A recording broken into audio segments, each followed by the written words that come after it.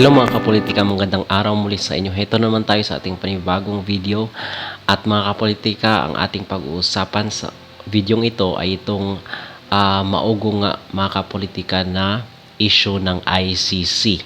Dahil nga itong si former spokesperson, Presidential Harry Roque ay nakatanggap umano ng report mula dito sa isang reliable sources na kanyang sinasabi at ang sabi nito is may warrant of arrest na nga itong si former President Duterte and naghihintay na lang kung kailan ito i-issue.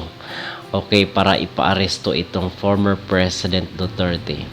So mga kapolitika, kung ating matatandaan itong si spokesperson Harry Roque is dati siyang human rights lawyers. Diyan siya nagtatrabaho dati siya sa Commission on Human Rights.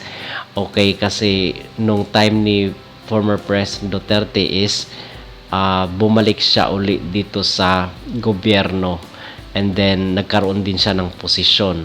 But before that, doon talaga siya nagtatrabaho sa Commission on Human Rights. So it means meron pa rin siyang mga kakilala doon, meron pa rin siyang mga kaibigan. So ito na nga yung sinasabi niya na kanyang mga reliable sources, dahil hindi lang daw isa ang nagkumpirma kundi more than one daw yung nagkumpirma na meron na ngang warrant of arrest.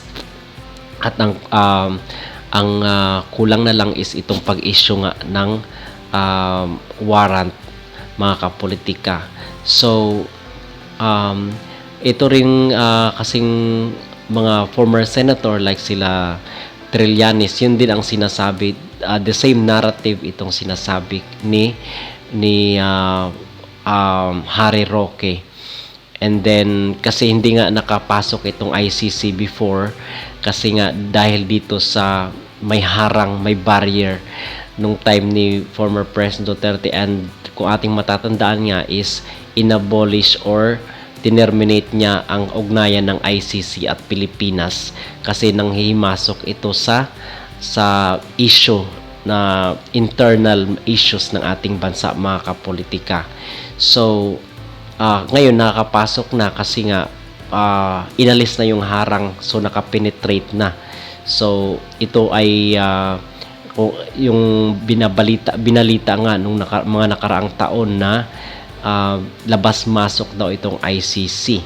Okay, and naniniwala tayo dyan mga kapolitika na alam ng gobyerno yan kasi may mga intelligence yan sila, may intelligence gathering yan sila mga kapolitika. Hindi pwedeng sabihin na ay umalis na, ay nandito na sa Pilipinas, ay nakalabas na.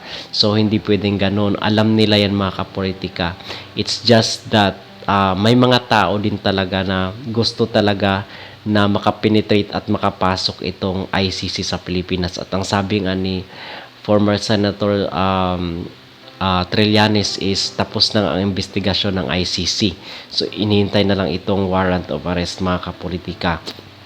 And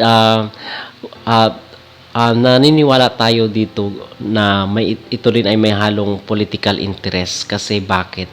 Kasi si former President Duterte is malakas pa yung kapit niya sa masa. Okay? Malakas pa yung kapit niya sa masa, and then yung mga tao din is minahal siya dahil nga dito sa kanyang mga nagawa like sa war on drugs and ito nga mga maraming naipatayo na mga infrastructure, and marami rin siyang mga napatino talaga ng mga tao sa gobyerno. So mga kapolitika, yung pagiging matapang niya, yun ang minahal ng taong bayan.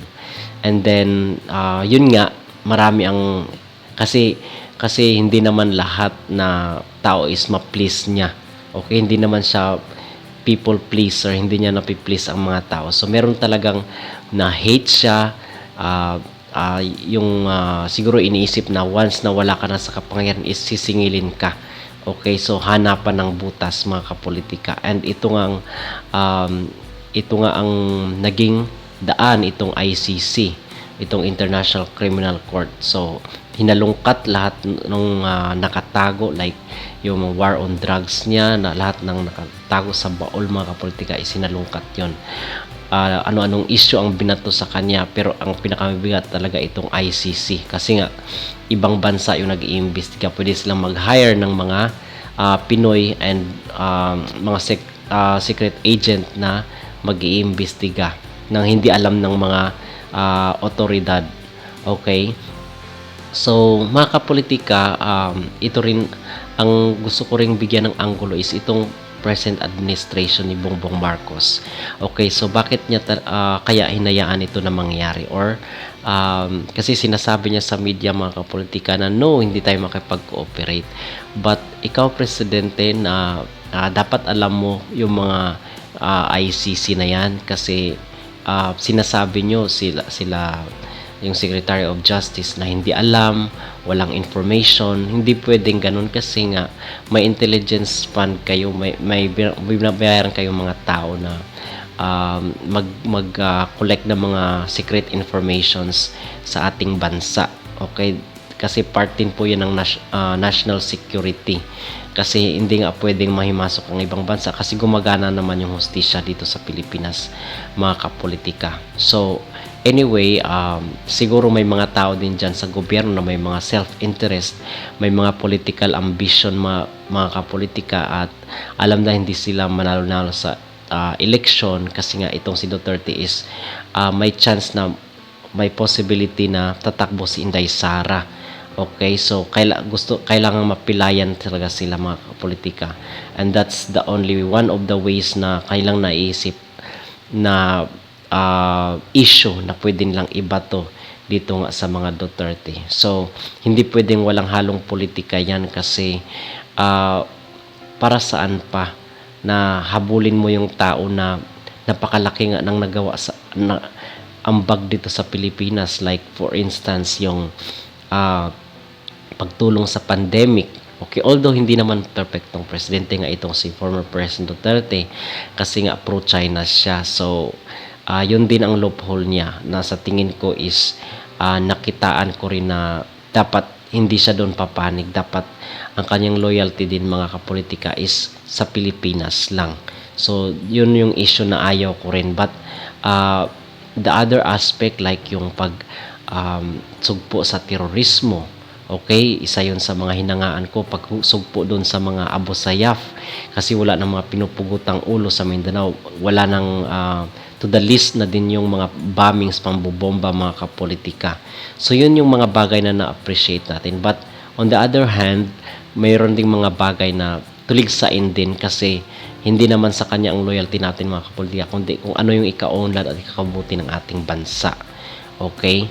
So dito, mga kapolitika, ang nakikita ko talaga dito is hindi nila kayang banggain si Duterte. So pinakawalan na lang nila yung ICC para yun ang maging lapdog, yun ang magiging sandatan la weapon nila dito nga sa former president. So ang sinabi ni former President Duterte is madugo itong laban ito kasi nagbanta siya.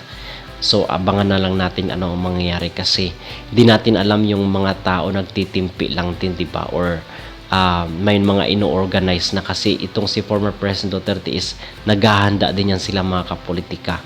Hindi pwedeng patulog-tulog lang, okay? They will not take this sitting down. Kumbaga, hindi pwedeng hindi pwedeng babaliwalain yung mga threats at mga warnings, especially mga kapolitika na hindi naman nila alam yung galawan. So meron talaga silang dapat na confidential gathering dyan. Binabayaran nila para mag-gather ng information. Ano ang takbo ng kaso dito sa ICC. Okay? So yun lamang, mga kapolitika, ang ating masasabi sa isyong ito. Kayo, ano ang inyong comments, opinion at suggestion? Please leave your comment down below. And please don't forget to like and subscribe sa ating channel. Maraming salamat.